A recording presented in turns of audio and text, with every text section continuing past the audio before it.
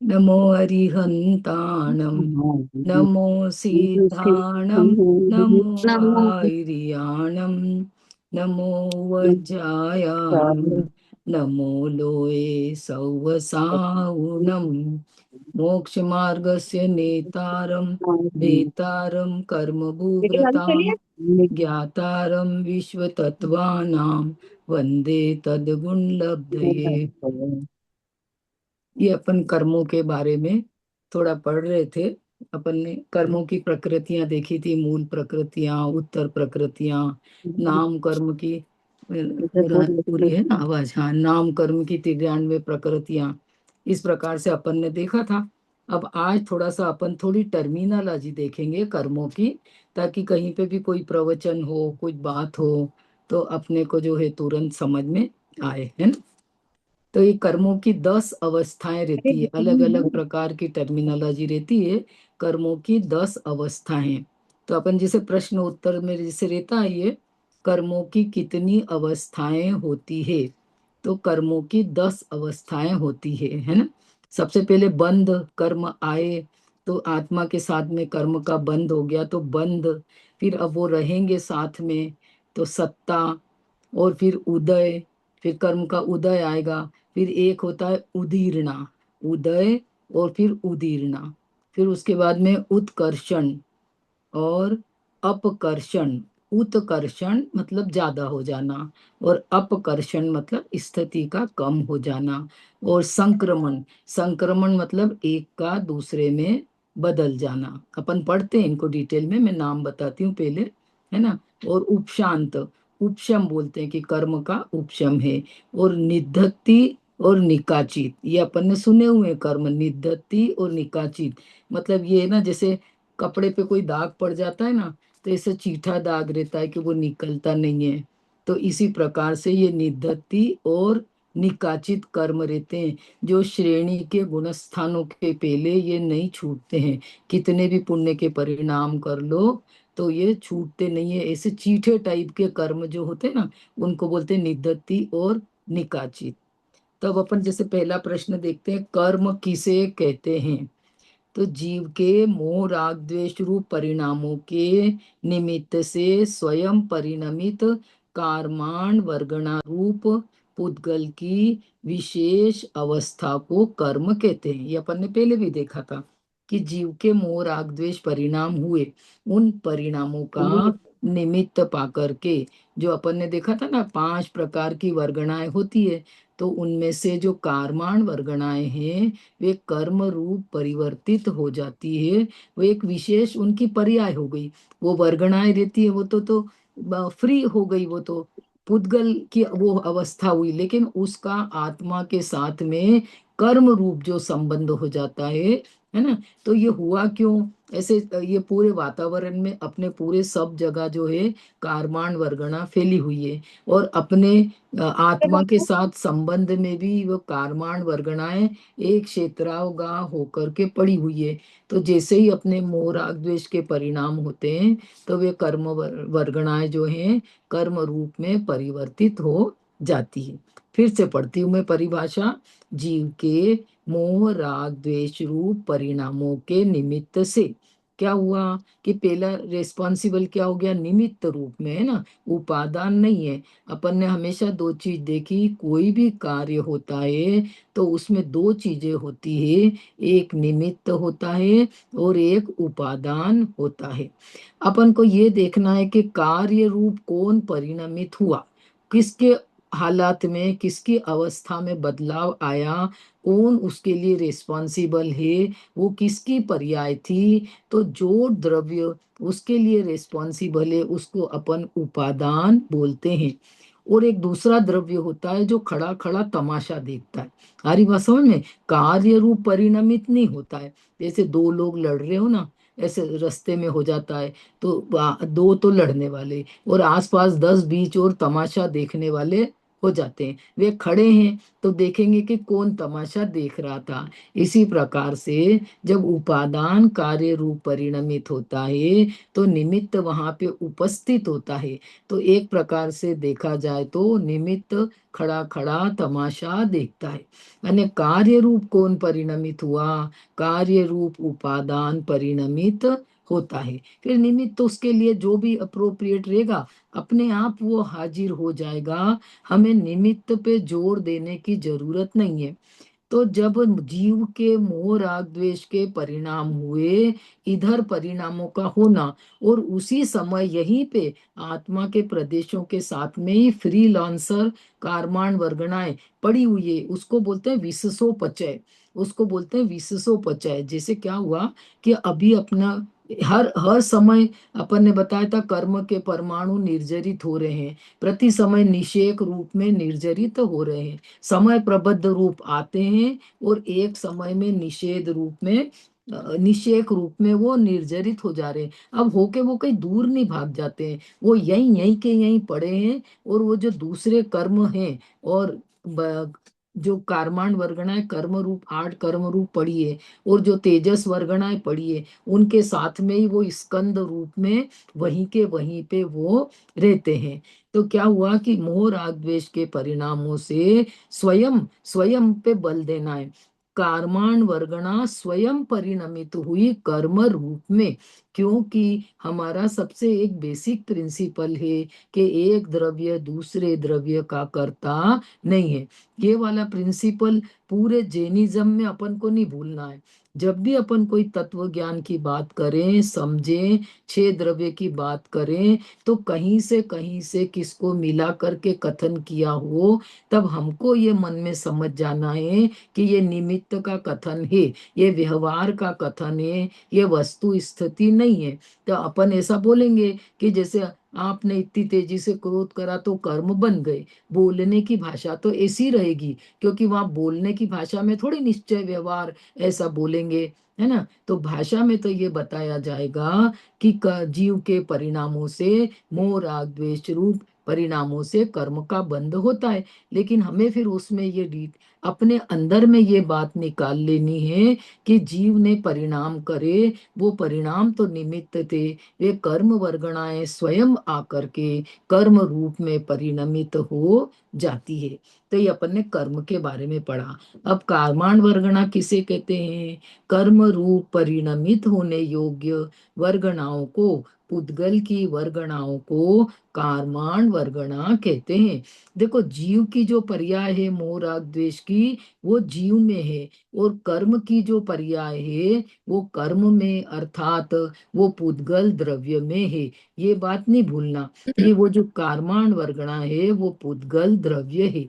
द्रव्य पूछा जाए कि ये शरीर में 9 कर्म में कौन सा द्रव्य है, तो अपन इसको देखो कि इसमें तो स्पर्श भी है, रस भी है, गंध भी है, वर्ण भी है। तो ये तो 4 लक्षण पुद्गल के होते हैं, तो ये तो पुद्गल है ना। 9 कर्म पुद्गल है। इसी प्रकार से द्रव्य कर्म कार्माण वर्गणा जो रहती है वो द्रव्य कर्म में बदलती है, और वह भी पुद्गल की बनी हुई है। और मैं तो चैतन्य द्रव्य हूँ, मैं तो जीव द्रव्य हूँ, मैं तो ज्ञान दर्शन का बना हुआ हूँ। तो दोनों में अत्यंत भिन्नता है, दो द्रव्य ही अलग अलग है।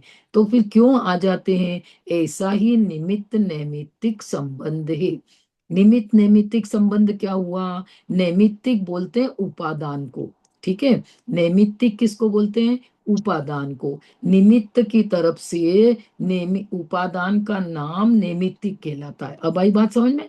कौन निमित्त था? तो निमित्त कर्म को देख करके जीव में ये परिणाम हुए, तो निमित्त की तरफ से जीव की पर्याय जो उपादान है उसको नैमित्तिक कहा जाता है। जो कार्य रूप परिणमित हो रही है वह नैमित्तिक पर्याय कहलाती है, ठीक है। और निमित्त नैमित्तिक संबंध, ये बात चाहो तो नोट डाउन कर लो। निमित्त नैमित्तिक संबंध दो द्रव्य की वर्तमान पर्याय में लागू होता है।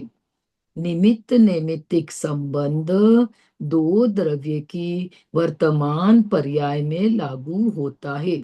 दूसरा एक और चीज, निमित्त नैमित्तिक संबंध दो द्रव्यों की स्वतंत्रता को बताता है।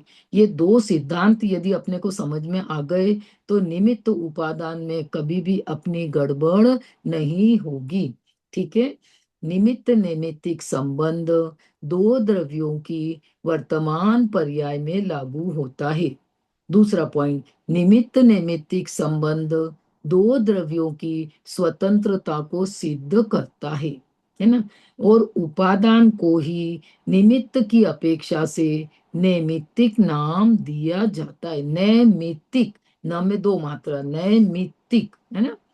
निमित्त नैमित्तिक संबंध नैमित्तिक उपादान की को निमित्त की तरफ से उपादान को ही नैमित्तिक कहा जाता है। ये तीन पॉइंट आ गए समझ में।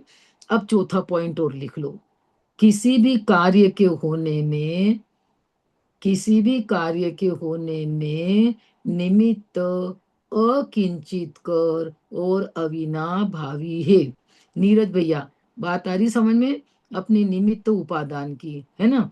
क्या बोल रहे हैं कि निमित्त किसी भी कार्य में अकिंचित कर और अविनाभावी होता है ना। ये अकिंचित कर शब्द अभी बंद अधिकार में भी आया था, अपन आगे जब पढ़ेंगे ना, बंद अधिकार में भी आया कि एक द्रव्य के लिए दूसरा द्रव्य अकिंचित करे। अकिंचित कर मतलब मतलब नहीं, किंचित मतलब थोड़ा सा भी, और कर मतलब करे। ठीक है। थोड़ा सा भी कार्य में अपना योगदान नहीं दे, निमित्त खड़ा रहता है, तमाशा देखता है, और कार्य में उसका योगदान 0%। कितना? 0%। और कार्य में उपादान का योगदान 100%। अब आ रही बात समझ में। कार्य में उपादान का योगदान 100% है ना। और अविनाभावी, अविनाभावी का क्या मतलब हुआ? उसके बिना नहीं होता। कार्य जब हो रहा है तो निमित्त 100% उपस्थित तो रहेगा, है ना। कार्य जब हो रहा है तो उसके अनुकूल। और निमित्त कहते किसको हैं कि जब कोई कार्य होता है तो ऐसा द्रव्य जो कार्य रूप तो नहीं परिणमित होता, लेकिन उसके ऊपर अनुकूलता का आरोप आता है। क्या बोल रहे हैं? अनुकूलता का आरोप आता है, मतलब फेवरेबल रहता है। तो हमको भ्रम हो जाता है कि कार्य निमित्त ने करा, वो खड़ा रहे, है ना। जैसे क्या हुआ कि एक व्यक्ति तेजी से दौड़ के ट्रेन पकड़ रहा था, है ना। तेजी से वो दौड़ा और वो ट्रेन पकड़ने गया तो ट्रेन तो छूट चुकी थी। अब वो दौड़ा और गया और उसका पैर फिसल गया और वो गिरा और उसको फ्रैक्चर हो गया, है ना। तो अब उसके जाने के लिए, फ्रैक्चर होने के लिए, अब क्या कहलाएगा कि वो ट्रेन उसके लिए, अपन को लगे कि ट्रेन के कारण उसका पैर आ गया, तो ट्रेन के कारण नहीं आया, ट्रेन थी निमित्त रूप में, लेकिन पैर किसका टूटा? उस व्यक्ति का। तो उपादान कारण कौन था? लापरवाही किसकी बोलेंगे अपन? रेलवे भी जिम्मेदारी नहीं लेगा, बोलेगा जब ट्रेन चल चुकी थी तो आपको दौड़ने की क्या जरूरत थी, और आपको मालूम है ट्रेन 5 बजे छूटती है, तो आप लेट क्यों आए, है ना। तो किस पे? तो वो निमित्त ट्रेन के ऊपर जो भी एलिगेशंस लगे थे, जो भी आरोप लगे थे कोर्ट में, वे सब आरोप निराधार साबित हुए। गलती किसकी पकड़ाई? उपादान की गलती पकड़ाई। बात आई समझ में, है ना। तो ट्रेन से भाई पांव उसके ट्रेन से फ्रैक्चर होने का योग था, और किसी के प्लेन से होने का योग हो तो वो प्लेन के लिए दौड़ेगा।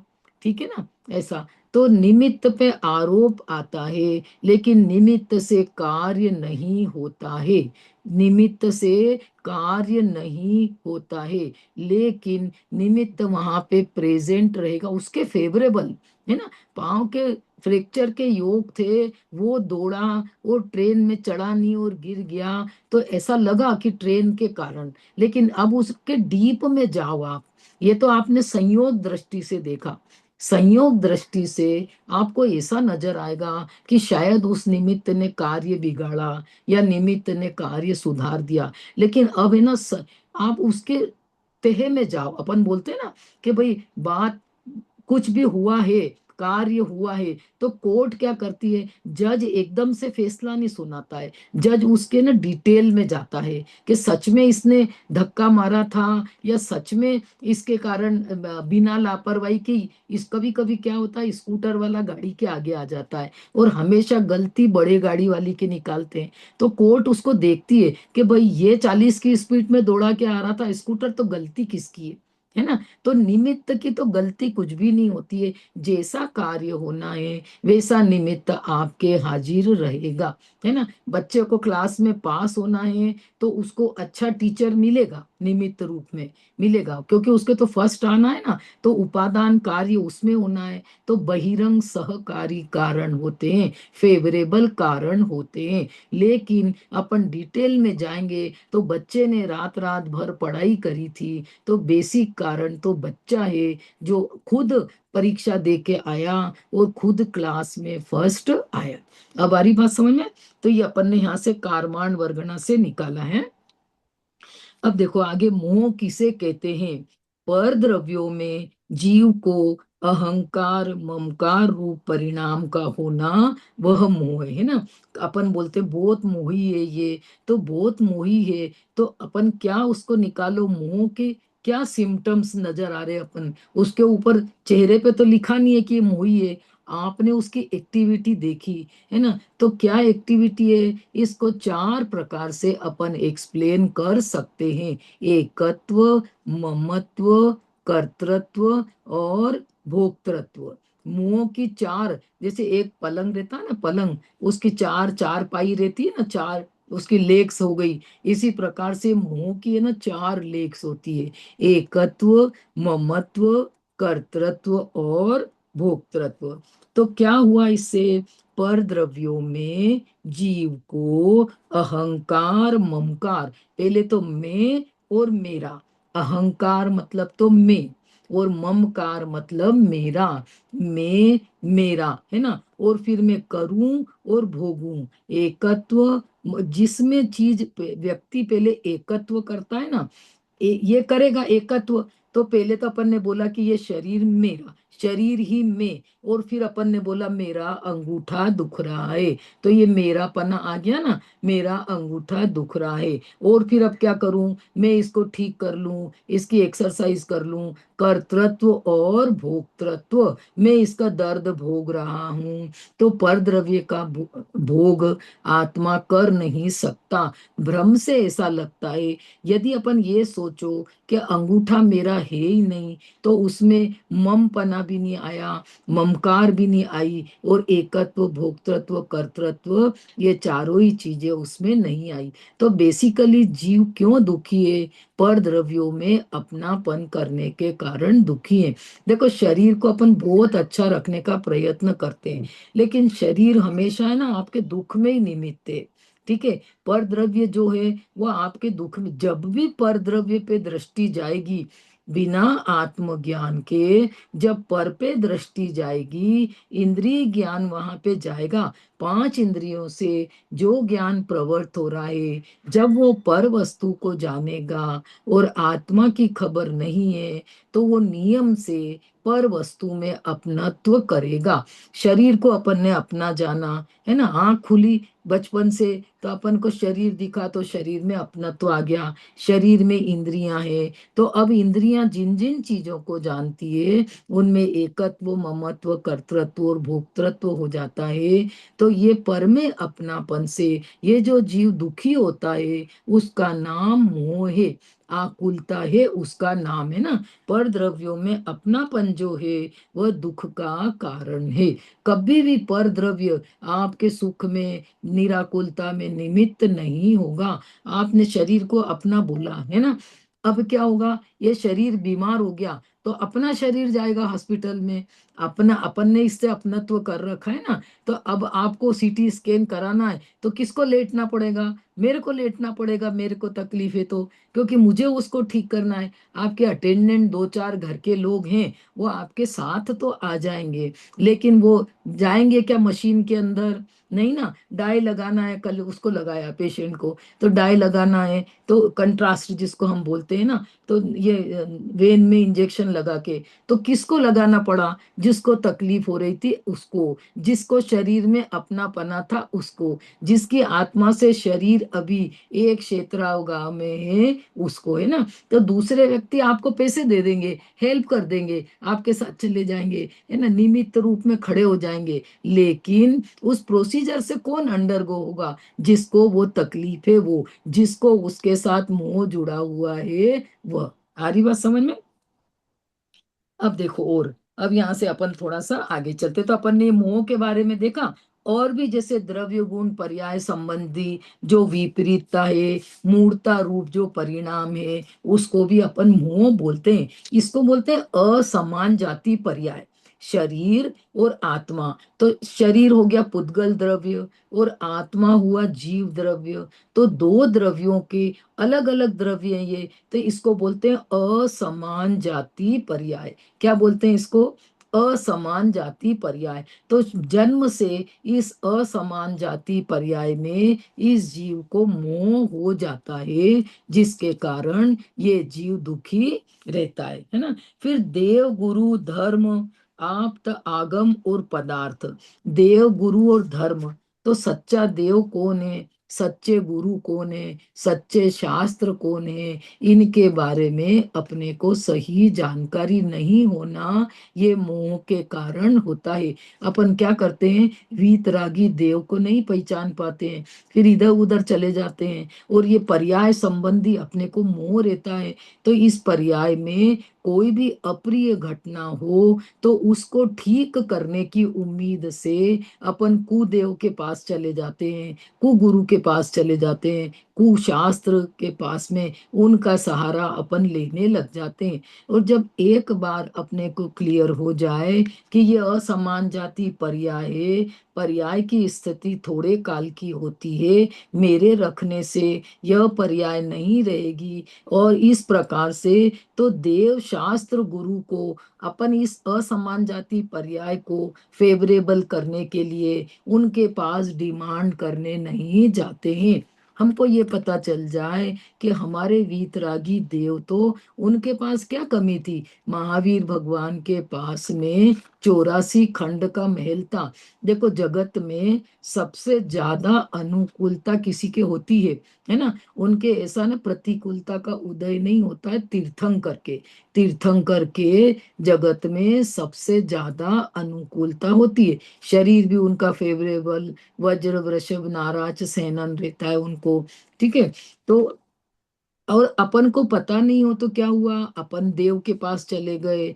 देखो, दो दो प्रकार के भिखारी होते हैं ना, सुना? एक तो मंदिर के बाहर बैठता है और एक मंदिर के अंदर जाता है। तो मंदिर के बाहर वाले की उम्मीद तो बहुत कम है कि वो मंदिर में जो दर्शन करके आया उससे मांग लो, तो वो तो बेचारा बोलता है 5 रुपए 10 रुपए दे दो। नहीं, मंदिर के बाहर वाले की डिमांड कितनी है? आज वर्तमान का मैं खाना खा लूं, इतनी। लेकिन जो मंदिर के अंदर जा रहा है ना, वो सेठ है।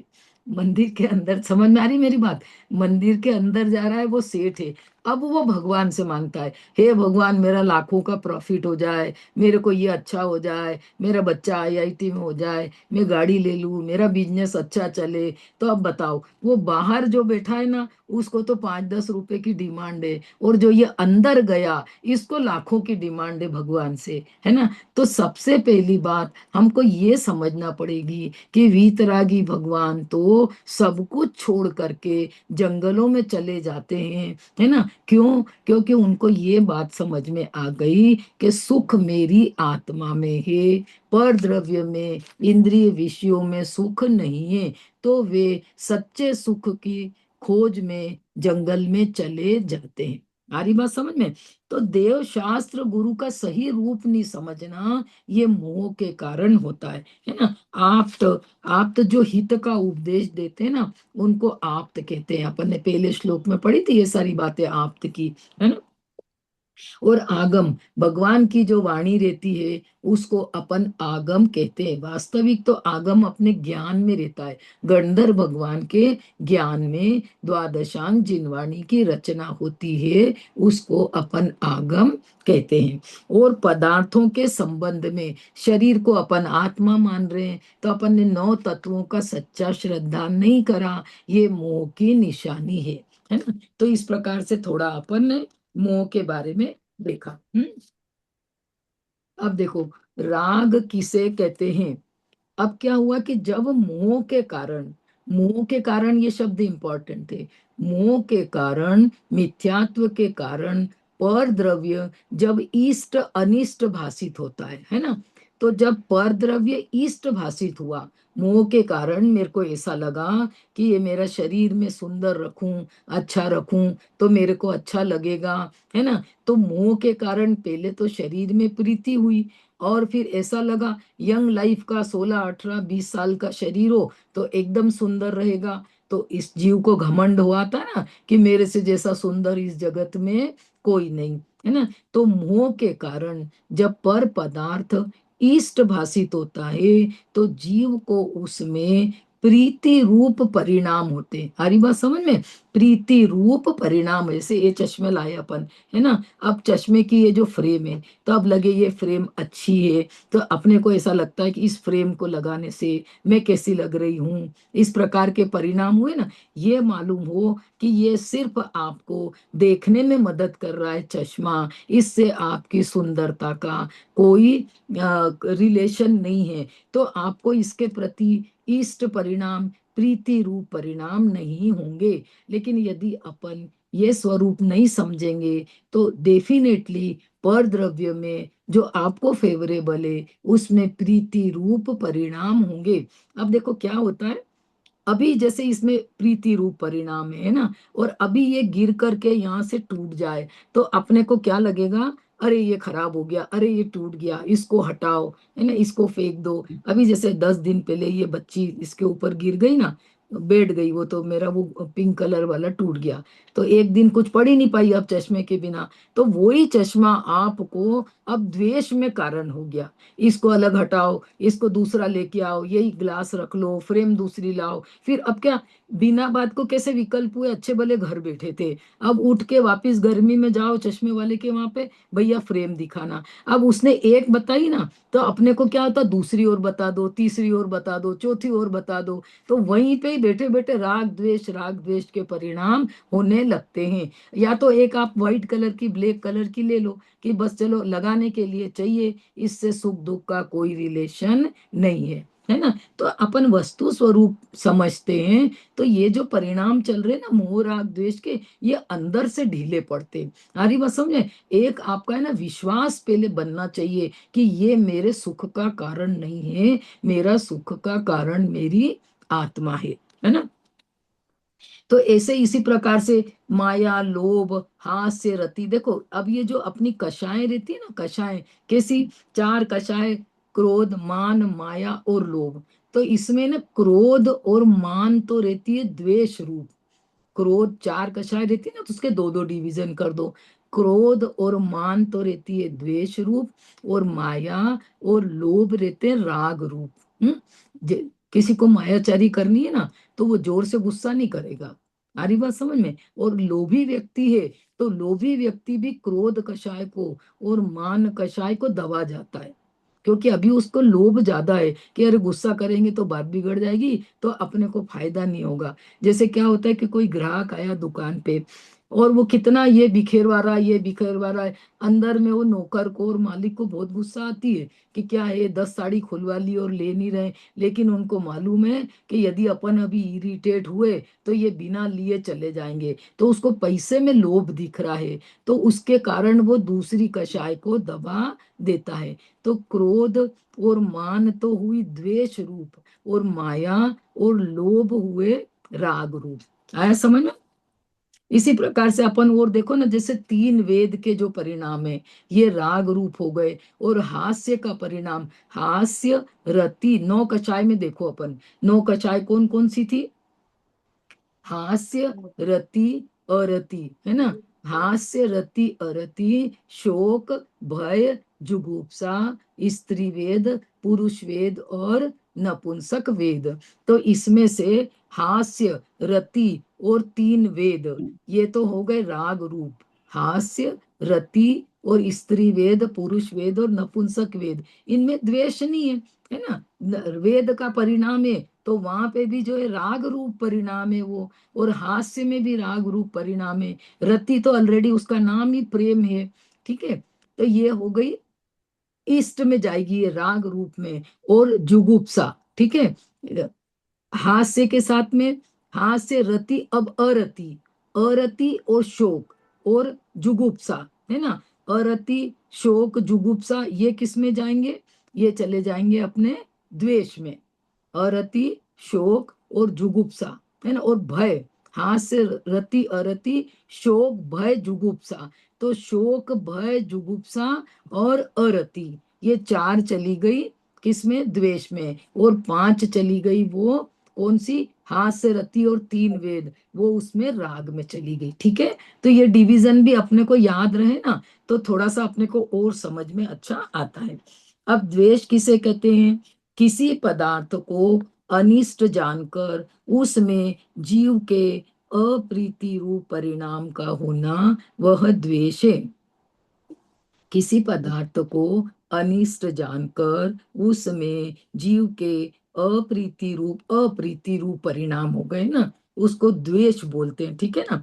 अच्छा, अब क्या हुआ, कर्मों का सत्व अर्थात सत्ता किसे कहते हैं। अब सत्ता, कर्म आ गए और आत्मा के साथ वो एक क्षेत्रावगाह आकर के बंध गए। अब वो जब तक उदय में नहीं आएंगे, और उदय में कैसे, सारे कर्म एक जितने समय प्रबद्ध आपके आए थे ना, एक ही समय में उदय में नहीं आते। अपन ने पिछली बार देखा था ऐसे, उनकी एक स्थिति की रचना होती है, उसको निषेक रचना बोलेंगे। जैसे अपन ने मोहिनी कर्म का 70 कोड़ा कोड़ी सागर का बंद हुआ, एक 8 बजे जो कर्म कारमाण वर्गणा परमाणु आए है ना, 8 बजे जैसे ही वे आए कि उनकी वो रचना तैयार हो गई। 70 कोड़ा कोड़ी का आबाधा काल जो है 7,000 वर्ष होता है, ठीक है। तो अब वो जो पहला निषेक जो उदय में आएगा, वो 7,000 वर्ष के बाद में। और अब 7,000 वर्ष, 7,000 वर्ष और एक समय, 7,000 वर्ष और दो समय, ऐसे करते करते 70 कोड़ा कोड़ी सागर तक वो उदय में एक एक समय करके आएगा, ठीक है।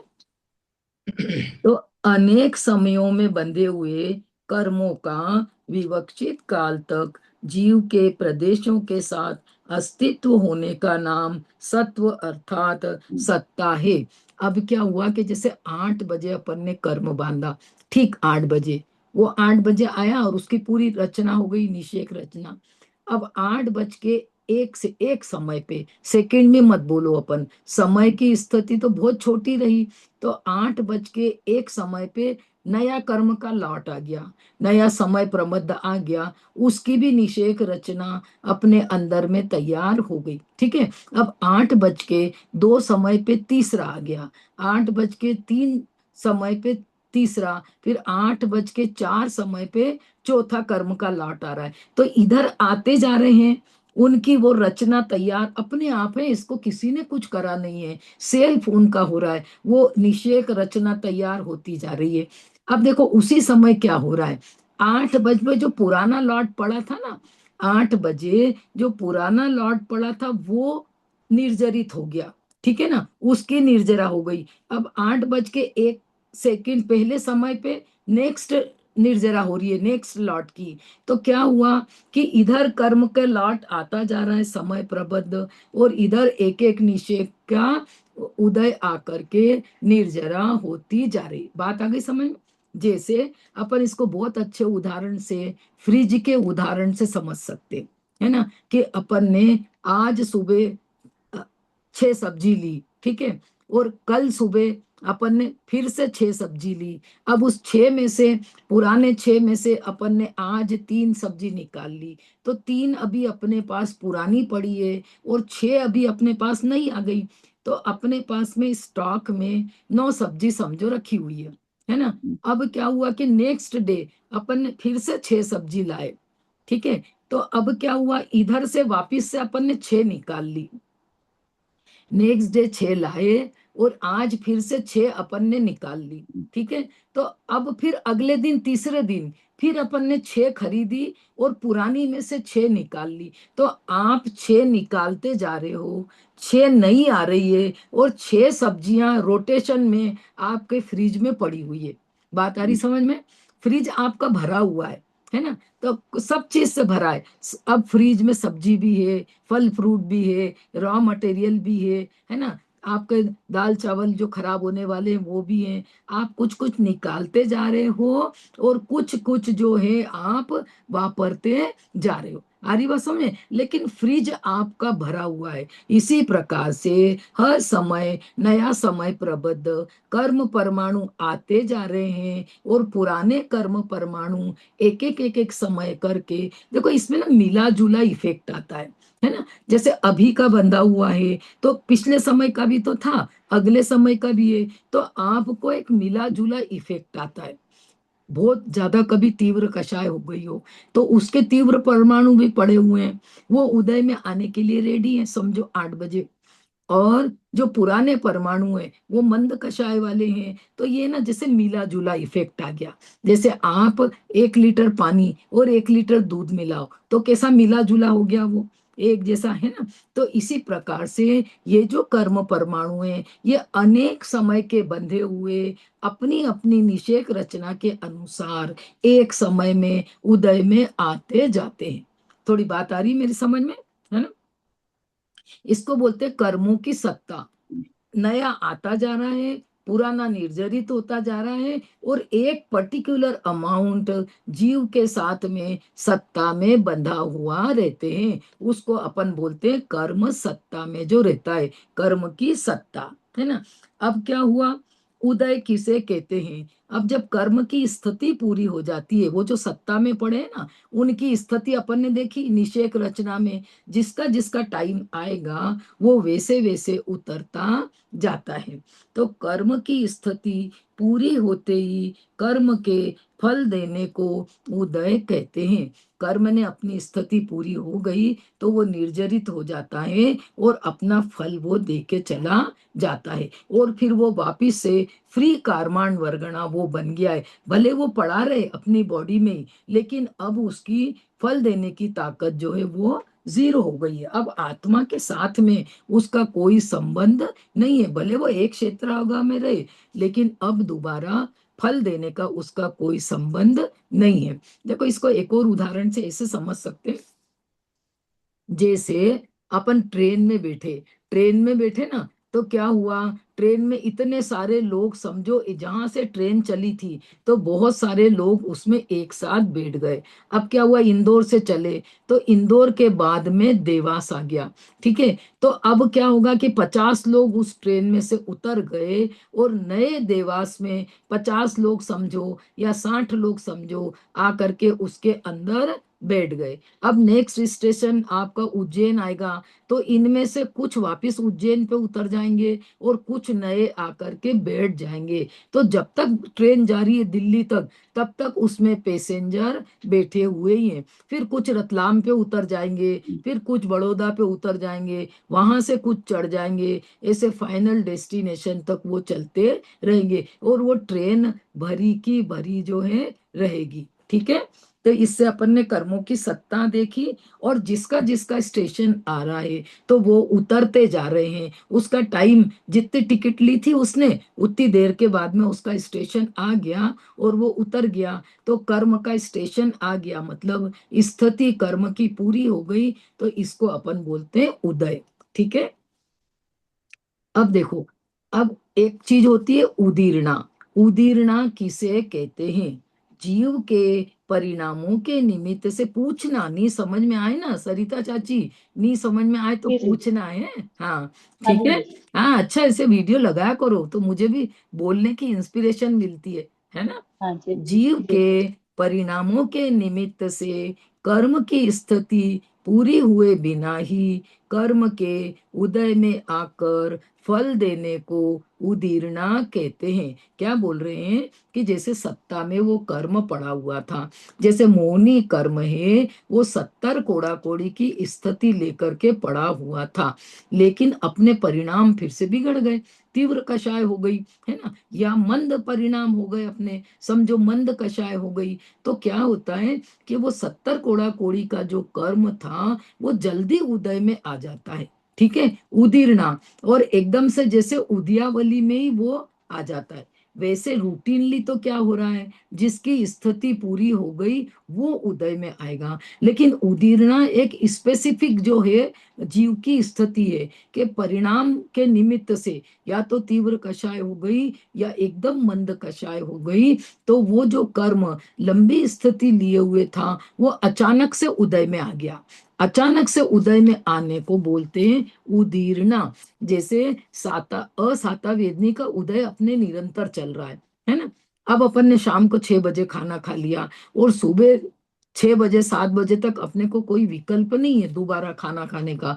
लेकिन क्या होता है कि अभी तो जैसे नहीं है ना, दिन में भी जैसे अपन 1 बजे लंच टाइम लेंगे, है ना, लंच 1 बजे लेंगे, तो पूरे टाइम उदय तो चल रहा है। असाता वेदनी का क्षुधा वेदनी का सुबह आपको 9 बजे से ही धीरे धीरे धीरे थोड़ा थोड़ा उदय तो चल रहा है। लेकिन फिर अचानक से आप बोलते हो बहुत तेज भूख लगी है, फटाफट खाना लगा दो। ये जो बहुत तेज भूख लगने हुई ना, ये असाता वेदनी की उदीरना से होता है। अचानक ऐसी उदीरना होती है और अपने को ऐसी असहनीय भूख लगने लग जाती है। तो जिन कर्मों का अभी निश्चय की स्थिति पूरी नहीं हुई थी, जीव के परिणामों का निमित्त पाकर के वे पहले ही उदय में आ जाते हैं। आ रही बात समझ में, अनएक्सपेक्टेड। देखो जैसे और बताती हूँ मैं उदाहरण से, काम वाली बाई रहती है ना, वो रोज है ना 2 बजे आती है, रोज 2 बजे आती है। अब अचानक से आप सोए हुए थे 12 बजे समझो खाना खा करके, और वो है ना 12 बजे ही आ गई। अब आपने उठ के दरवाजा खोला, आज क्यों आ गई, तो बोले आज काम था इसलिए आ गई। तो रोज कितनी बजे, 2 बजे, लेकिन अचानक से उसका टाइम पूरा होने के पहले ही उदय में आ जाना, उसको बोलते हैं उदीरना। आई बात समझ में, उदय और उदीरना। तो कितनी चीजें हो गई अपनी, बंद, सत्ता, उदय और उदीरना, ठीक है। ये टर्मिनोलॉजी है ना, अपन को कोई भी स्वाध्याय करेंगे आगे जाकर के तो ये सब काम अपने को आएंगे। और कोई भी बात हो, अपन कोई शास्त्र पढ़ो तो अपन को ये चीजें मालूम हो, तो शास्त्र का अर्थ अपने को अच्छा समझ में आता है ना। तो देखो, जीव के परिणामों के निमित्त से कर्म के उद्यावली के बाहर के निश्चयों का, देखो आवली होती है ना, आवली, आवली को क्या बोलते हैं, ऐसे कतार, line, one one one one one ऐसे। जैसे अपन बोलते हैं दीपावली, दीपावली का मतलब क्या हुआ, दीप प्लस आवली, दीप प्लस आवली। तो अपन क्या बोलते हैं, दीपों की वो जो ना कतार है ना, मुंडेर पे लगा देते हैं ऐसी, एक के बाद ऐसे पास में दीपक ऐसे सजा देते हैं ना, तो इसलिए उसको बोलते हैं दीपावली, दीपों की आवली। तो आवली मतलब one by one by one by one जो कतार बनाते हैं ना उसको। तो यहाँ पे क्या होता है, एक अंतर मुहूर्त जो रहता है उसको बोलते हैं अपन उदयावली। क्या बोलते हैं उसको, उदय की आवली। एक अंतर मुहूर्त जो रहता है समय का, वो अंतर मुहूर्त में नए नए परमाणु कर्म के उदय में आते जा रहे हैं ना। तो उदयावली में कर्म आ जाता है, उसको फिर आप कोई चेंज नहीं कर सकते, वो फिर अपना फल दे के ही जाएगा, है ना। जैसे आपको कोई फीवर आया हो, ठीक है, अब जैसे टाइफाइड है या मलेरिया है, तो अब वो जो उदय में आया है ना असाता वेदनी का, वो आपका 1 दिन 2 दिन 3 दिन तक तो वो बुखार चलेगा। आप भले कितनी भी दवाई दो, आप रोक के ये है कि 104 के ऊपर न जाने दोगे, 103 के ऊपर न जाने दो, वो भी निमित्त रूप में वो पैरासीटामोल दे दी, एंटीबायोटिक भी आप दोगे तो 2 दिन में असर आता है। हमारी बात समझे, इसका मतलब क्या हुआ कि जो कर्म उदय में आ चुका है वो अब नहीं रुकेगा, वो अपना फल दे के ही जाएगा। तो इसको बोलते हैं उदयावली। तो उदीरना का मतलब क्या हुआ कि जो कर्म परमाणु ऐसे ऊपर पड़े हुए थे, देखो ऐसे निषेक रचना, ये इतनी, अब ये देखो नीचे का जो है ना, ये है उद्यावली, एक अंतर मुहूर्त का समय। यहाँ पे जो कर्म उदय में आते जा रहे हैं, ये तो फल देंगे। और ये कर्म ना यहाँ समझो इतने ऊपर पड़े थे, अब अपने ही परिणाम हुए, मंद कषाय रूप या तीव्र कषाय रूप। तो ये जो यहाँ पड़े थे ना, समझो ये 10 बजे उदय में आने वाले थे, और ये तो अभी 8 बजे का टाइम चल रहा है ना। तो ये 10 बजे वाले अचानक से यहाँ आ मिले, और एकदम से यहाँ उदय में आ गए, है ना। कभी कभी अनएक्सपेक्टेड अपने को होता है ना, ये काम तो 5 बजे होने वाला था और ये तो 3 बजे ही हो गया। कोई, तो आपको कहीं जाना था और आप ट्रैफिक में फंस गए, आपको लगा था मैं वहां पहुंच जाऊंगी, लेकिन आप नहीं पहुंच पाए। तो क्या होता है कि ये उदीर्णा और उदय, तो उदीर्णा में जो ऊपर के परमाणु हैं, ऊपर की स्थिति में पड़े हैं, जीव का निमित्त पाकर के नीचे आ जाते हैं, और यहाँ पे आकर के ये खिर जाते हैं, इसको अपन उदीर्ण, ये तो हुई उद्यावली। और ये ऊपर पड़े थे, ये यहाँ आके फटाक से यहाँ आ गए, बिफोर टाइम आ गई है। कभी कभी ट्रेन नहीं आ जाती है बिफोर टाइम, आप ड्राइवर को बुलाओ 8:30 बजे लेने आना, और ट्रेन अभी कहाँ से आए थे सोनागिर जी से, तो ट्रेन आधा घंटा पहले ही आ गई, है ना। तो इसको बोलते हैं उदीरना, ये पहले इधर आ जाना, ठीक है। जिस कर्म का उदय काल नहीं था, उस कर्म के उदय काल में आ गया, वो है ना उद्यावली में आने को उदीरना कहते हैं। मतलब अकाल में उदय आ गया, उसका काल था ही नहीं आने का, ठीक है। अकाल पाक को उदीरना कहते हैं। पाक का मतलब होता है फल देना, तो अकाल में ही उसने फल दे दिया, उसको बोलते हैं उदीरना, ठीक है। अब देखो नेक्स्ट है, उत्कर्षण किसे कहते हैं। उत्कर्षण, उत्कर्षण मतलब ज्यादा हो जाना, जीव के परिणामों का निमित्त पाकर कर्म के स्थिति अनुभाग के बढ़ने को उत्कर्षण कहते हैं। जीव के परिणामों का निमित्त पाकर के कर्म के स्थिति, देखो स्थिति और अनुभाग काय से हुए थे, स्थिति और अनुभाग कषाय से हुए थे। स्थिति और अनुभाग अपन ने देखा था ना, प्रकृति और प्रदेश बंध योग से होता है, और स्थिति और अनुभाग बंध ये कषाय से होता है। तो क्या हुआ कि जीव के परिणाम, जैसे क्या हुआ कि सुबह 8 बजे 9 बजे अपन को किसी प्रकार से कषाय हो गई, ठीक है, अपन को तीव्र कषाय हो गई अंतर मुहूर्त के लिए, और कर्म अब बंध गया, हो गया, उसकी निषेक रचना हो गई वो तो। अब क्या होता है कि सब कुछ नॉर्मल हो गया, उसके बाद में अपन थोड़ी देर बाद वापिस से बैठे ना, तो अपन को वापिस से उस बात का ख्याल आ जाता है। दोपहर में 3 बजे आपको सुबह 9 बजे की चीज वापिस रिवाइंड हो गई, रील आपके अंदर में।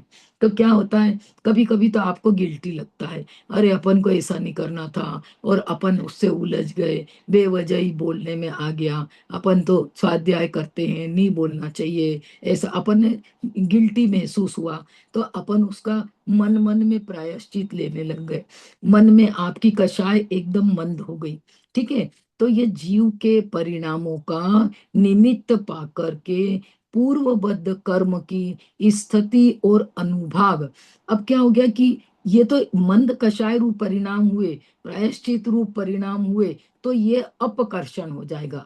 क्या हो जाएगा, मान लो 40 कोड़ा कोड़ी सागर की मिथ्यात्व की स्थिति बंदी, सपोज है ना, मिथ्यात्व तो मैक्सिमम कितना है, 70 कोड़ा कोड़ी सागर, तो 40 की स्थिति बंदी। अब क्या हुआ कि आपको बहुत रिपेंट हुआ, बहुत पश्चाताप हुआ, आज भी कल भी, और आपके परिणामों का निमित्त पा करके वो स्थिति जो 40 कोड़ा कोड़ी सागर की थी, वो कम होकर के 10 कोड़ा कोड़ी सागर की हो गई।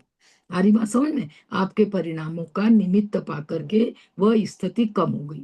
अब अपन दूसरी स्थिति इसके अपोजिट इमेजिन करो, जैसे सुबह सुबह आपको कचाई हुई थी, अब दोपहर में वापस आप 3 बजे फिर उसका विकल्प आ गया, फिर सोचने लगे ऐसा उनको, उन्होंने कैसे मेरे को ऐसा कह दिया, ऐसा तो उनको नहीं कहना था, और मुझे ना उस समय ये वाला उत्तर देना था उनको, ऐसा अपन, और क्या होता है विकल्पों में उससे 3 बजे भी लड़ने लग गए। अरे मेरी, ऐसा होता है कि नहीं होता है सबके साथ, ये बताना। सुबह बात हो गई थी खत्म, उसके बाद में दोपहर में 3 बजे वन वे ट्रैफिक चलता है। मेरे को उसको ऐसा बोलना था, ऐसा करना था, ऐसा बोल सकते थे अपन। इस प्रकार से अपन ने परिणामों में एक बार की दोबारा लड़ाई छिड़ दी, अपने ही परिणामों में। इसको बोलते अंतर्जल्प। अंतर अंतर बोलते कि नहीं बोलते हैं अपन अपने आप से, ऐसा कैसे उसने कह दिया, मैंने कब कहा था, ऐसा ऐसा होता है ना, मेरे को उसको ऐसा जवाब देना था, तब वो चुप होते शायद। तो ऐसा करके हमने एक और बार वो जो 40 कोड़ा कोड़ी की स्थिति बंदी थी उसको बड़ा करके और ज्यादा जो है कर ली, मिथ्यात्व की 70 कोड़ा कोड़ी की फिर से कर ली। तो इसको बोलते हैं जीव के परिणामों का निमित्त पा करके जो स्थिति बंधी थी उसमें और बढ़ावा कर देना, इसको बोलते हैं उत्कर्षण। ठीक है, हर बार होगा ये जरूरी नहीं है, सम टाइम्स ही होगा, है ना। It is not for every time कि हर बार होगा इसे, बट इट कैन हैपन, ऐसा होता है। देखो अपन इसको उदाहरण से समझते हैं। जैसे श्रेणिक राजा है ना, श्रेणिक राजा, उन्होंने मुनिराज के गले में, यशोधर मुनिराज के गले में मरा हुआ सर्प डाल दिया, है ना, मरा हुआ सर्प डाल दिया। तो उसी समय 33 सागर की 7वें नरक की आयु उनकी बन गई। कितनी? 33 सागर की 7वें नरक की आयु उनकी बन गई। अब वो घर आ गए, ठीक है, और चेलना रानी को बोला तेरे गुरु को मैंने ऐसा कर दिया है। उसने बोला कि नहीं आपने गलत किया, उनका चल के उपसर्ग दूर करना पड़ेगा। तो वे वहां जाते हैं, है ना, वहां जाकर के उनका उपसर्ग दूर करते हैं। तो 3 दिन निकल चुके होते हैं, वापिस जाते हैं तो उसके बाद में वो चींटियां आ गई, सब साफ करी। और फिर श्रेणिक राजा को एकदम पश्चाताप हुआ, अरे मैंने ये क्या गलत, क्योंकि वो वापिस मुनिराज वहां से उठे नहीं ना उपसर्ग के दौरान, तो उसे लगा कि ये गलत हो गया है, अपन ने ये कार्य अच्छा नहीं किया। तो उसको अब रिपेंट हुआ, पश्चाताप हुआ, परिणामों में एकदम मंदपना आया कि ये मैंने गलत कार्य करा है। तो देखो उसी समय में वहां पे और मुनिराज ने धर्म वृद्धि का आशीर्वाद दिया। तो उसी समय वो जो 33 सागर की 7वें नरक की आयु बंधी थी उसका अपकर्षण हो गया, और वो घट करके 84,000 वर्ष की रह गई और पहले नरक की हो गई। कितनी हो गई? 84,000 वर्ष की, और पहले नरक की उनकी आयु रह गई, है ना। तो ये अपकर्षण का उदाहरण हुआ, है ना। ऐसे कई उत्कर्षण के भी उदाहरण जो है रहते हैं, ठीक है ना। तो ये उदीर्णा और उत्कर्षण और अपकर्षण, ठीक है, जीव के परिणामों का निमित्त पाकर कर्म के स्थिति अनुभाग के घटने को अपकर्षण कहते हैं। देखो एक और पढ़ लेते हैं अपन, एक दो है ना, कंफर्टेबल हो ना आप लोग, ले लें 5 मिनट और, है? संक्रमण किसे कहते हैं? अब देखो संक्रमण, संक्रमण मतलब प्रकृतियों का आपस में बदल जाना, है ना। संक्रमण यानी अपन बोलते हैं ना इन्फेक्शन हो गया, संक्रमण उसको बोलते हैं ना। तो प्रकृतियां एक दूसरे में बदल जाती है। विवक्षित कर्म प्रकृतियां, विवक्षित मतलब जिनकी बात चल रही है, ऐसा। विवक्षित कर्म प्रकृतियों के परमाणुओं का सजातीय अन्य प्रकृति रूप परिणमन होने को संक्रमण कहते हैं। देखो एक तो इन्होंने क्या बताया कि अन्य प्रकृति रूप परिणमन होना, लेकिन किस में एक शर्त लगाइए, सजातीय, अपनी अपनी जाति में होगा, ठीक है, सजातीय। विवक्षित कर्म प्रकृतियों के परमाणुओं का सजातीय मतलब अपनी खुद की जाति, अन्य प्रकृति रूप परिणमन होना मतलब बदल जाना, चेंज हो जाना, उसको संक्रमण कहते हैं। देखो जैसे क्या हो गया, जैसे ना 70 कोड़ा कोड़ी का समझो चारित्र मोहिनी का बंध हुआ, है ना। तीव्र कषाय से बंद हो गया। उसके बाद में आप जो है मंदिर गए, अब वहां पे आपने पूजा पाठ स्वाध्याय, मंद कषाय हुई, तो क्या होता है कि मंद कषाय से जो पाप प्रकृतियां रहती है वो पुण्य प्रकृतियों में बदल जाती है। जो असाता वेदनी पहले बंधी थी, तो वो असाता वेदनी, एक तो पहले क्या होगा, उसकी स्थिति कम हुई मंद कषाय से, तो अपन ने बोला अपकर्षण, और फिर बहुत ही ज्यादा मंद कषाय हुई, तो ऐसा भी हो सकता है कि वे जो पाप प्रकृतियां थी वे पुण्य प्रकृतियों में बदल गई। अरे बहुत असाता बांधी हो, और पुण्य के परिणाम से वह असाता बदल करके साता में कन्वर्ट हो जाती है। देखो जैसे क्या हो गया कि अभी अपन सब प्रकार की प्रकृति बांधते हैं। अब मान लो यहाँ से देवगति में गए, है ना, देवगति में आपके तिर्यंच गति भी आपके बंधी हुई पड़ी है, नरक गति भी बंधी हुई पड़ी है, मनुष्य गति भी बंधी हुई पड़ी है, और टाइम टाइम टाइम टाइम से हर एक समय में सब उदय में आ रही है। अब देवगति में चले गए, तो देवगति में अब नरक गति का क्या होगा, तो संक्रमित भी हो जाती है वहां पे। देव नरक गति के परमाणु वो देवगति रूप हो करके उदय में आ जाते हैं, या तो उसमें परिणमित हो जाएंगे, या लास्ट समय में कन्वर्शन होकर, लास्ट समय में भी, या पहले ही हो गए तो वो फल भी उस रूप दे देंगे। इसको भी क्या बोलते हैं, संक्रमण, है ना। और देखो कैसा होगा कि जैसे ना श्रेणिक राजा ने क्या करा कि स्थिति तो कम हो गई, अनुभाग भी कम हो गया, लेकिन क्या हुआ कि ना आयु नहीं बदली, जाना तो नरक में पड़ा। तो जो आयु है आपस में चार, वो नहीं बदल सकता है। ये सम्यक दर्शन में भी ताकत नहीं है, बाद में तो सम्यक दृष्टि हो गए, क्षयिक सम्यक दृष्टि हो गए, तीर्थंकर प्रकृति का बंद करा, लेकिन नरक में जाना नहीं टाल पाए। तो आयु कभी भी संक्रमित नहीं होती है, चार आयु में आपस में कभी भी संक्रमण नहीं होता है ना। एक बार जो आयु बांध ली उसमें तो आपको जाना पड़ेगा। बस सम्यक दर्शन है, तो सम्यक दर्शन ये कहता है कि तुम जिस भी गति में जाओगे तो मैं तुम्हें वहां अच्छी जगह दे दूंगा। तो इतना कर दिया वादा सम्यक दर्शन ने कि सातवें नरक से पहले नरक तक लेकर के आ गया। भाई सातवें से तो पहला ठीक ही था, और आयु भी 33 सागर से, सागरों की आयु में तो कितने असंख्यात वर्ष निकल जाए, है ना। तो सागरों की आयु से तो 84,000 वर्ष की, तो समुद्र में बूंद के समान वह आयु रह गई, है ना। देखो इसको मैं पढ़ देती हूँ थोड़ा सा, बस फिर अपन रोकते हैं। विशुद्ध परिणामों के निमित्त से पूर्वबद्ध असातावेदनी प्रकृति के परमाणुओं का सातावेदनी रूप तथा संश्लेष परिणामों का निमित्त पाकर सातावेदनी के परमाणुओं का असातावेदनी रूप परिणमन हो जाता है। ऐसे कोई नरक गति में, कोई निगोद में चला गया, तो मान लो पुण्य प्रकृतियां बांधी है, और निगोद में तो अनंत काल चला जाता है। दोबारा एक बार जीव निगोद में चला जाए तो क्या होगा, सारी पुण्य प्रकृतियां जो अभी अपन ने बांधी, वे सब पुण्य प्रकृतियां पाप प्रकृतियों में बदल जाएगी। ठीक है। यदि अपन ने यहाँ पे अपने जीव का पुरुषार्थ नहीं करा, सम्यक्त का पुरुषार्थ नहीं करा, तो यहाँ जो अपन पुण्य बांध रहे हैं वे अपन 2000 सागर के बाद में तो नियम से फिर जीव निगोद में चला जाता है। तो मिथ्यात्व का बंध तो कितना है, 70 कोड़ा कोड़ी सागर का। और चारित्र मुनि की शुभ प्रकृतियों में भी आप देखोगे तो कितना, 40 कोड़ा कोड़ी सागर का। तो 2000 सागर के बाद में तो निगोद में नरक में गए, तो ये सारी संक्रमित हो जाएगी, है ना। संक्लेश परिणाम हुए तो साता जो है असाता में बदल जाएगी, और विशुद्ध परिणाम हुए, मंद कषाय रूप परिणाम हुए, तो असाता साता में भी बदल सकती है ना। पर इसमें ये विशेषता है, मूल प्रकृतियों में परस्पर संक्रमण नहीं होता। ज्ञानावरणी दर्शनावरणी रूप संक्रमित नहीं होगी, मूल प्रकृतियों में संक्रमण नहीं होता है। चारों आयु में आपस में संक्रमण नहीं होता है। और मोहनी का उत्तर भेद, दर्शन मोहनी चारित्र मोहनी में नहीं बदलेगी।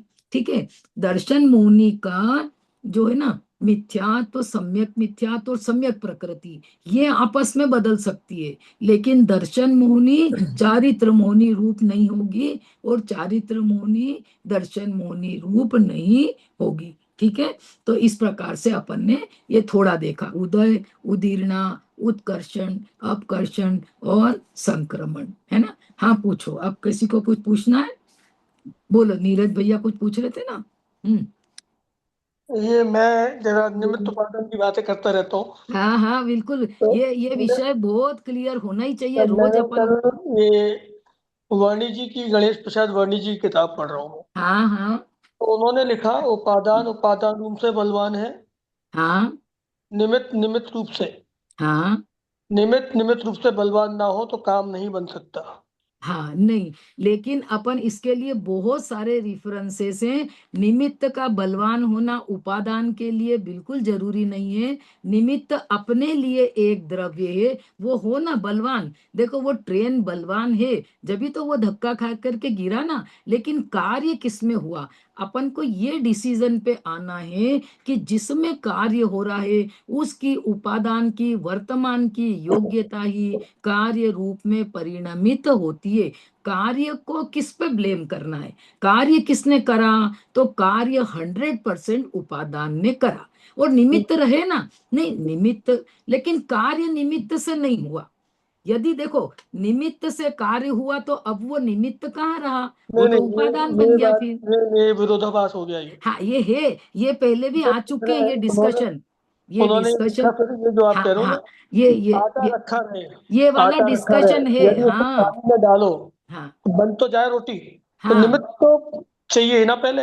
नहीं नहीं नहीं, आपकी रोटी बनना यदि है, रोटी बनना यदि है तो पानी वहां हाजिर होगा ही सही, लेकिन पानी के डिपेंडेंट रोटी नहीं है। देखो अपन ने तीसरी गाथा देखी ना, तीसरी गाथा में से उठाओ, आचार्य ने चार जो प्रिंसिपल वहां पे बताए थे, द्रव्य, क्षेत्र, काल और भाव के, हाँ। है ना। तो क्या बोला था कि एक द्रव्य अपने द्रव्य पर्याय गुण पर्यायों को स्पर्श करता है। किसी का कार्य करने के लिए उसको अपनी बाउंड्री वाल छोड़ करके बाहर जाना पड़ेगा, मतलब उस बाहर वाले रूप कन्वर्ट होना पड़ेगा, तब वो उसका कार्य कर सकता है। देखो मैं आपको एक बात बताऊं, जैसे ये रहते हैं ना अन्य मत वाले, अपन नाम नहीं लेते, इनके उसमें आप जाओ ना कोई भी, ये लोग जो जाते हैं ये नमाज वमाज पढ़ने गुरुद्वारा में जो जाते हैं, तो उनके वहां पे ये कंपलसरी है कि तुम ये सिर पे ये बांध के जाओगे, तो हमारे यहाँ पे तुम्हें आना है तो हमारे जैसा कन्वर्ट होना पड़ेगा, है ना, उसके बिना आप नहीं जा सकते हो। तो यहाँ ये कह रहे हैं कि खाली उदाहरण उदाहरण जितना ही लेना हो समझने के लिए, कि पहले पहले में पहले निमित्त संयोग दृष्टि है, निमित्त संयोग दृष्टि है। अपन वस्तु स्वरूप से बात को उठाओ कि रोटी रूप कौन कन्वर्ट हुआ? रोटी रूप तो आटा कन्वर्ट हुआ, है ना। पानी उसका सहकारी है। ठीक है, जैसे गाड़ी चली तो गाड़ी अपने आप चली, पेट्रोल से गाड़ी नहीं चली। पेट्रोल से, पेट्रोल के बिना देखो हाहाकार मची हुई है ना दुनिया में, नहीं। लेकिन यहाँ पे आचार्य तीसरी गाथा में ये कह रहे हैं कि प्रत्येक द्रव्य अपने गुण पर्यायों को स्पर्श करता है, और उसमें क्षेत्र और काल के उसमें क्या उठाया था उन्होंने, कि वो किसी भी पर द्रव्य का कार्य करने नहीं जाता है, क्योंकि वो पर का कार्य करने जाए तो उसे पर रूप होना पड़ेगा, उसकी पर्याय को पर रूप बदलना पड़ेगा। इसलिए निमित्त होता अवश्य है, लेकिन कार्य रूप कौन परिणमित हुआ? तो वहां पे 100 और 0 आता है, 50-50 नहीं है। देखो जैसे आदिनाथ भगवान से बलवान निमित्त कौन होगा मारीची के लिए?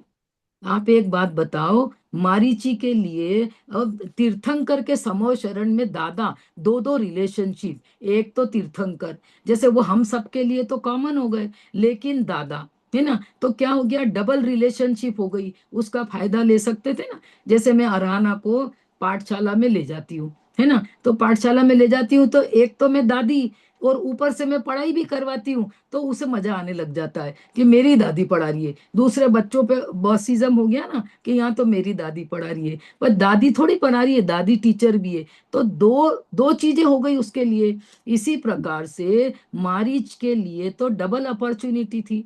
उसके पिता भी चक्रवर्ती मोक्ष गए, भरत, और भरत के 100 पुत्र, आदिनाथ भगवान के 100 पुत्र, वो सबके सब मोक्ष गए, है ना। तो इतना पूरा का पूरा कुंबा मोक्ष गया, लेकिन उसे मोक्ष नहीं जाना था, तो तीर्थंकर की बात का विरोध कर दिया। क्यों विरोध हुआ? क्यों विरोध हुआ? कि उसके लिखा ही नहीं था ना। क्रमबद्ध पर्याय में तो 24वां तीर्थंकर बनना था। एक कोड़ा कोड़ी सागर, 1 करोड़ मल्टीप्लाइड बाय 1 करोड़, इतने सागर तक जो है अभी संसार में घूमना, दुख उठाना बाकी था। तो वो जीव कैसे सही बात सुनेगा? आ रही बात समझ में? तो ये जो आप सेंटेंस बता रहे हो ना, ये सब हम पढ़ चुके, इस पे बड़े बड़े लोगों का भी डिबेट हो चुका। और पूरा समय सारजी ग्रंथ आप हर गाथा में देखना, हर गाथा में बताया जाएगा कि निमित्त उपादान में कुछ भी नहीं करता है। यदि वो करने लग जाए तो अब वो निमित्त कहाँ रहा? वो तो उपादान बन गया, वो तो कार्य रूप परिणमित हो गया। तो अब उसकी तो सत्ता ही खत्म हो गई। और एक द्रव्य दूसरे द्रव्य की सत्ता को भी इंटरफियर नहीं करता है, और एक द्रव्य दूसरे द्रव्य के कार्य रूप भी परिणमित नहीं होता है। देखो जैसे ना अपन केमिस्ट्री पढ़ी आपने, केमिस्ट्री में ना एक वो कैटलिस्ट होते हैं, थोड़ा सा मुझे अचानक याद आ गया। केमिस्ट्री में एक कैटलिस्ट होते हैं, वो क्या करते हैं, आप दो चीजों में डाल दो, है ना, तो वो कैटलिस्ट उस क्रिया में कन्वर्ट नहीं होते, लेकिन वो फास्ट हो जाती है क्रिया, है ना। लेकिन कैटलिस्ट की क्या परिभाषा, कि वो कार्य रूप परिणमित नहीं हुआ, लेकिन उसके प्रेजेंट रहने से सिर्फ वो प्रेजेंट है। कार्य तो उन दो जो वस्तु कर रही थी उन्हीं ने करा। जैसे ठंडे पानी में आपने शक्कर डाल दी, है ना, ठंडे पानी में शक्कर डाल दी, तो वो आपकी शक्कर उस पानी में घुलने में 5 मिनट लेने वाली थी। चाशनी बनाते ना अपन, है ना, गुलाब जामुन की चाशनी, बेसन की मिठाई की, तो क्या करा, ठंडे पानी में शक्कर डाल दी, तो इट विल टेक टाइम आपको। अब आपको जल्दी है तो आप क्या करोगे, गैस पे चढ़ा दो, और गर्मी से वो जल्दी जल्दी घुलने लग गई। यहाँ ये कह रहे हैं आचार्य कि उसके जल्दी घुलने का टाइम था, तो आपका मन हुआ कि इसको गैस पे चढ़ा दे, और गैस वो चालू भी हो गया। नहीं तो मैंने बताया ना कि कभी कभी ऐसा होता है कि आप माइक्रोवेव में चाय गर्म करने जाओ, ठीक है, और उसी समय लाइट चली जाती है। ऐसा होता है कि नहीं होता है? अब आपके माइक्रोवेव से चाय गर्म करने के योग नहीं थे, ठंडी चाय पीने के योग थे। उपादान कारण आपका था, आपको ठंडी चाय मिलेगी या गर्म चाय मिलेगी। गर्म मिलेगी तो माइक्रोवेव निमित्त के रूप में हाजिर है, और उपादान में आपको ठंडी चाय मिलना है, तो माइक्रोवेव की लाइट चली गई। आ रही बात समझ में? कार्य जिस जो चीज कार्य रूप में परिणमित होने वाली है, उस पे सारा दारोमदार है। निमित्त कहीं से भी आएगा उसके लिए। आपके बच्चे में कैपेबिलिटी है आईआईटी में फर्स्ट आने की, तो उसको सारे फेवरेबल चीजें मिल जाएगी। उसको टीचर भी अच्छा मिलेगा, उसको कोचिंग भी अच्छी मिल जाएगी, उसको आप खुद छोड़ के आ जाओगे, लेके आओगे, बच्चा सिंसियरली पढ़ेगा भी सही। लेकिन उपादान कारण तो आपका बच्चा है ना। देखो जैसे मैं और उदाहरण देती हूँ प्रैक्टिकल। हमारे कजिन है ना, ये अमिता बैठी है, अमिता जो है ना मेरी देरानी है, तो इसकी जेठ जी इसके, तो अशोक भाई थे हमारे उस जमाने में, उन्होंने 3 बार पीएमटी दी, ठीक है, उन्होंने 3 बार पीएमटी दी, और उनका मेडिकल में सिलेक्शन नहीं हुआ, है ना। और चौथी, अब सभी 3 बार में तो कोई भी हार जाएगा ना, लेकिन देखो पुराने जमाने का डिटर्मिनेशन। पीएमटी दी यानी बायोलॉजी सब्जेक्ट था, उन्होंने सब्जेक्ट चेंज कर लिया, 3 बार पीएमटी के बाद में हार नहीं मानी, और पीसीएम लेकर के उन्होंने फिर जो है ये आपकी सीए फाउंडेशन, वो उनका फर्स्ट अटेम्प्ट में क्लियर हो गया। और आज वो इंदौर में सबसे बड़े चार्टेड अकाउंटेंट है, वो उनके ब्रांच के और कोई भी नहीं है इंदौर में इतना बड़ा। तो देखो उपादान क्या था चार्टेड अकाउंटेंट बनने का, तो 3 बार वो जो है ना आपकी वो नहीं हुई। तो अब इसमें किसका योग था? कोचिंग वोचिंग तो सब करी, अच्छा इंटेलिजेंसी में तो कोई कमी नहीं है ना, पहली बार में वो चार्टर्ड अकाउंटेंट तो बन गए, और इंदौर में उस समय कोई फैसिलिटीज नहीं थी, उन्होंने खुद पढ़ाई करके और खुद फर्स्ट अटेम्प्ट में वो सीए बन गए। तो देखो डेस्टिनेशन जहां है ना, वो चीज आपके फेवरेबल होती है। तो उपादान कारण जीव का, उपादान कारण उस वस्तु का। गाड़ी पेट्रोल से चली कि नहीं चली? गाड़ी पेट्रोल से नहीं चलती है। आप बोलोगे इतनी तो दुनिया पूरे गाड़ी पेट्रोल देखो गाड़ी पेट्रोल से चलती है ना, तो उसको हर समय चलना चाहिए। आप कोई भी चीज पे आप ये प्रूव करो कि इससे ये काम होता है, तो पूरे समय 24 घंटे अब वो काम उस चीज से होना चाहिए। अब आपके गैरेज में रात भर गाड़ी खड़ी है, अब बताओ वो क्यों नहीं चल रही है? यदि गाड़ी पेट्रोल से चलती है तो वो क्यों नहीं चली रात भर, है ना? आपने ब्रेक लगाया और गाड़ी रुक गई, तो क्यों रुकना चाहिए उसको? पेट्रोल तो गाड़ी चलाने का काम कर रहा है और फुल टैंक है। तो ये चीज प्रत्येक द्रव्य की स्वतंत्रता की घोषणा करती है। गाड़ी का चलना होगा तो पेट्रोल जरूर से उसको मिलेगा। कभी कभी ऐसा होता, अभी इंदौर में ना 2 दिन ऐसी अफवाह चली कि पेट्रोल नहीं है, तो लोग है ना 3-3 4-4 घंटे पेट्रोल पंप पे खड़े रहे और पेट्रोल नहीं मिला, ऐसा हो गया। अभी तो फिर से नॉर्मल हो गया है। तो कहने का मतलब ये है कि गाड़ी का नहीं चलने का योग है तो आपको पेट्रोल भी नहीं मिला, है ना? हर द्रव्य की अपनी अपनी स्वतंत्रता है। दुनिया में निमित्त नैमित्तिक संबंध बहुत है। बहुत होने से हमको ये भ्रम हो जाता है कि कार्य निमित्त ने करा, लेकिन वस्तु स्वरूप के निकट जाओ, उसके निकट जाकर के जीव पुद्गल धर्म अधर्म आकाश काल से 6 द्रव्यों को आप अलग अलग करो, क्रिस्टल क्लियर करो। और उसके जो अपन ने करे थे ना विशेष गुण और सामान्य गुण, तो विशेष गुण 6 द्रव्य के क्या थे जो वो कार्य कर रहे हैं, उनको घटित करो। जैसे धर्म द्रव्य जीव और पुद्गल को चलाने में सहायक है ना? कब? चलते हुए को। मान लो वो चलाने लग जाए तो आप कभी नहीं रुक पाएंगे अपन। अब उनका तो काम चलाने का है और वे हमेशा मौजूद हैं।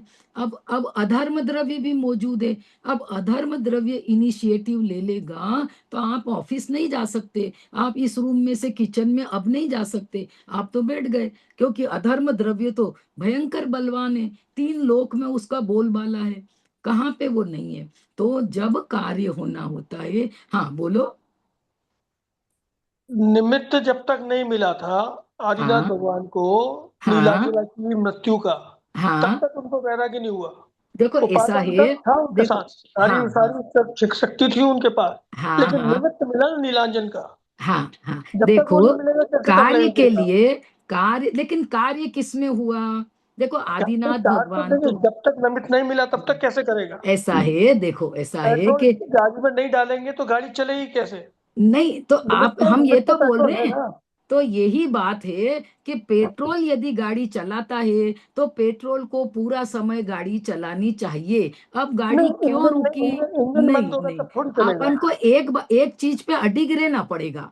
वस्तु स्वरूप के एक चीज पे अडिग हो जाओ कि ये कार्य करता है, तो फिर अब इसमें कोई रुकावट नहीं होना चाहिए। वो रुकावट ये बताती है कि कार्य उपादान के अनुसार होता है ना? वो रुकावट ये बता रही है कि उसका अभी ऐसा योग नहीं है ना? ऐसे कभी कभी क्या होता है कि अपन कहीं जा रहे हो, आपको कोई सामान नहीं मिला, तो आपके उस दिन उसका पहनने का योग नहीं था, अंतराय कर्म का उदय था। अब आप कितना भी ढूंढो कुछ भी करो, लेकिन नहीं पहनने का योग है, तो वह चीज आपको उस समय नहीं मिलेगी और आप पार्टी में से जाके आ जाओ, उसके 10 मिनट बाद वो वापिस मिल जाएगी, है ना? तो चीज तो वहीं रखी थी। निमित्त को कहीं से लाना नहीं पड़ता है, कार्य के लिए निमित्त अपने आप मौजूद हो जाता है। यहाँ पे हम पुरुषार्थ की बात करेंगे, अपने मोक्ष मार्ग की बात करेंगे, तो मोक्ष मार्ग में आपको निमित्त जुटाने नहीं जाना है। आपका जीव का पुरुषार्थ जुटाओ आप, तो क्या कि मुझे मोक्ष प्राप्त करना है। तो जब आपने ये जुटाया तो आपके सामने सच्चे देव शास्त्र गुरु हाजिर रहेंगे। क्योंकि अपन मारीची का उदाहरण भी लो ना, इतना बलवान निमित्त था, इतने उसके भाई, है ना, सब, लेकिन नहीं जाना था तो नहीं गया। क्यों? उपादान बलवान होता है। ऐसे ना निमित्त उपादान के दोहे हैं, अपन उन्होंने ना अगली बार जो है भैया भगवती दास जी के निमित्त उपादान के बहुत बढ़िया दोहे हैं, और बनारसी दास जी के भी हैं, वो अपन पढ़ेंगे। ठीक है। तो अगले बार है ना अपन एक काम और करेंगे, ये कर्मों की अवस्थाओं का अपना आधा घंटे का ही बचा है अब, अपन के 15-20 मिनट का ही। तो थोड़ा सा आधा घंटा मैंने जो लिख रखा है आपको, अलग अलग शास्त्रों के कोटेशन है ना, बहुत बढ़िया, अकलंग देव के, वो प्रवचन सार जी के, काफी सारे ऐसे है ना, तो वो मैं आपको पढ़ पढ़ के बताऊंगी कैसे वो अपने को लॉजिकली बात समझा रहे। नहीं, अच्छी बात है, अपन को जब तक अपना ज्ञान गवाही नहीं दे के हाँ ये बात मुझे सत्य लग रही, तब तक ऊहा पोह अंदर से चलनी चाहिए, अंदर से। तो मैं भी बताऊं, आप भी सोचो और किताबें पढ़ें, और हम एक निष्कर्ष पे आए कि कार्य उपादान में होता है, तो उपादान बलवा, ऐसे उन्होंने एक एक याद आ रहा है मेरे को, देखो वो उनका है भैया भगवती दास जी का, कि वो निमित्त की तरफ से बात करते हैं, तो वो ऐसे ना, निमित्त उपादान के ना 47 दोहे हैं भैया, बहुत बढ़िया बढ़िया है। तो उनने ये बताया, एक ने बताया कि दो पहियों से गाड़ी चलती है, रथ, पुराने जमाने रथ बोलते थे ना, तो बोले दो पहियों से रथ चलता है। तो फिर उन्होंने एक उदाहरण ये दिया कि रवि का जो रथ है, रवि मतलब सूर्य, सूर्य का ना इस रथ की उपमा दी रहती है, तो बोले रवि का रथ एक पहिए से चलता है। ठीक है। तो उपादान जैसा होगा, कार्य देखो, जैसे आटा से रोटी बनती है, अब एक काम करते हैं अपन, आपका कहना है ना कि पानी मिलाया तो रोटी बनी, तो अपन एक काम करते हैं, बालू रेती में पानी डाल देते 1 गिलास, और मेघना उसकी रोटी बना के अपने को बताए। ठीक है। तो अब अपन को ये सोचना पड़ेगा कि रोटी के लिए वो आटा निमी उपादान है, आटा नहीं होगा तो रोटी नहीं बनेगी। आप बेलन पाटली मेघना, मेघना नहीं होगी ना तो आपके होटल से रोटी आ जाएगी क्या, पर रोटी तो आटे से ही बनेगी, है ना। गैस, बाई, चकला, बेलन, ये सब उसमें बहिरंग निमित्त हजारों हो सकते हैं, लेकिन उपादान तो एक ही होता है ना। मैं बंध अधिकार की ना उस दिन थोड़ी सी गाथाओं का रिफरेंस भी आपको रखूंगी। आचार्य ने अकिंचित कर कहा, कुंद कुंद आचार्य की मूल गाथा में, और अमृत चंद्र आचार्य की टीका में, और बहुत अच्छा मैंने काफी पूरा तैयार कर लिया निमित्त उपादान का, काफी सबसे निकाल करके। तो आधा पौन घंटा अपन नेक्स्ट फ्राइडे अपन जो अपने पास लिखा हुआ है ना, उससे अपन तो अपनी बुद्धि को आचार्य के सिद्धांतों से मिलान करो। जैसे आपने ये बताया गणेश प्रसाद जी वर्णी वाला, है ना, तो ये हम पढ़ चुके, बड़े लोग, बड़े विद्वान लोग ये भी सब पढ़ चुके। और अल्टीमेटली पहले के जमाने में ये सब बहुत होता था कि भाई निमित्त नहीं आएगा, 50-50 दे दो दोनों को, लेकिन 50-50 नहीं रहेगा, निमित्त 100%, निमित्त उपस्थित रहेगा 100%, लेकिन कार्य में इंटरफियर 0%। कार्य रूप वो परिणमित नहीं हुआ, वो अग्नि, वो बेलन, वो सब कार्य रूप रोटी में परिवर्तित नहीं हुए।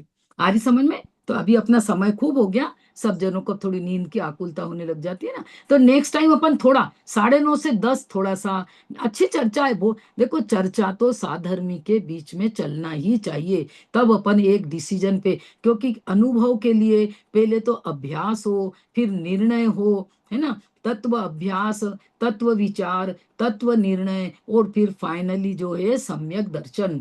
तो साधर्मी को क्या चाहिए, परस्पर विचार, तत्व अभ्यास, तत्व निर्णय, यही चाहिए, है ना, ऐसा टोडरमल जी ने लिखा है। ठीक है। तो अपन अगली बार खूब चर्चा करेंगे इसके ऊपर, और आप भी पढ़ के रखना। ठीक है। और मैं ना, मेरे ये जो है एक मैंने जो लिख रखे हैं, ये भी मैं आपको भेजती हूँ, तो पढ़ के जो है आप उसको और तैयार करके रखना, तो अपन खूब खूब डिस्कशन करेंगे। होना चाहिए ऐसा, अंदर में विचार चलना चाहिए, जैसे पूरी रात अपने को नींद नहीं आए कि नहीं मुझे इस निर्णय पे आना है, कार्य निमित्त में होना है या कार्य उपादान में होना है, कार्य मेरे में होगा मोक्ष का कि कार्य शरीर में होगा मोक्ष का, नहीं, क्योंकि शरीर तो इस पर्याय का है, ये तो छूट जाएगा, और मैं आत्मा हूं, और मैंने इससे कार्य मान लिया तो गड़बड़ हो जाएगी, फिर ये शरीर तो सब लोग मिलके जला देंगे, तो मेरी क्रियाओं का क्या होगा, धर्म की, वो मेरे साथ जाएगी कि नहीं जाएगी, है ना। तो बड़ा विचारणीय प्रश्न जो है ये। उपादान को एक इज इक्वल टू पुरुषार्थ कर ले।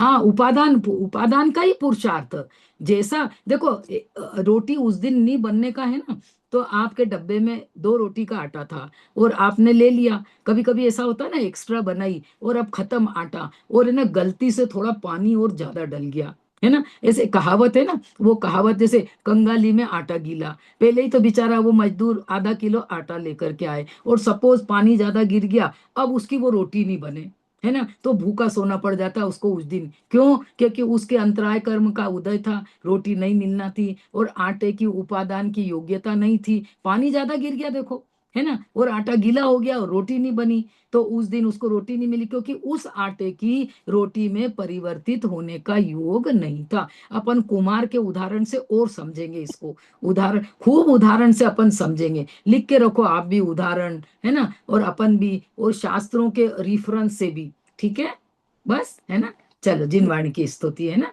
निज निधि निज में बताई, यह अनंत उपकार है, उसके लिए जिनवाणी माँ को वंदना शत बार है, वंदना शत बार है। बोलो द्वादशांग जिनवाणी माता की जय, अनंत आनंद सिद्ध परमेश्वरी भगवान की जय, 3 करोड़ मुनिराज की जय। ठीक है। जय जिनेन्द्र, हाँ, जय जय जिनेन्द्र। जिनेन्द्र। कल अपन जो है, हाँ मैंने ना वो नोट्स डाले थे पंच परावर्तन के, देखे उनको थोड़े से। तो अपन ने जो पढ़ा था ना, मैंने मैंने बहुत पहले 10-12 साल पहले लिख के रखे होंगे, तो मुझे वो कॉपी मिल गई, तो मैंने वो आप लोगों को स्कैन करके डाल दिए। तो थोड़ा सा कोशिश करना उसको पढ़ने की, वो क्योंकि बुक थोड़ी डिटेल है, तो आप लोग थोड़ा, मुझे लगा स्ट्रगल नहीं करो, तो मैंने जो प्रिसाइज करके बुक में से बनाए हुए हैं, तो वो उसको पढ़ने की कोशिश करना खोल करके, पर जितना समझ में आ जाए। द्रव्य क्षेत्र काल, तो कल अपन जो है वापिस से आगे का, कल अपन ने द्रव्य परिवर्तन तो पढ़ा, अब क्षेत्र परिवर्तन अपन कल और पढ़ेंगे पुराना रिवाइज करके, ठीक है। तो थोड़ा पढ़ने की कोशिश करना, है ना। जय जिनेन्द्र, चल जय जिनेन्द्र।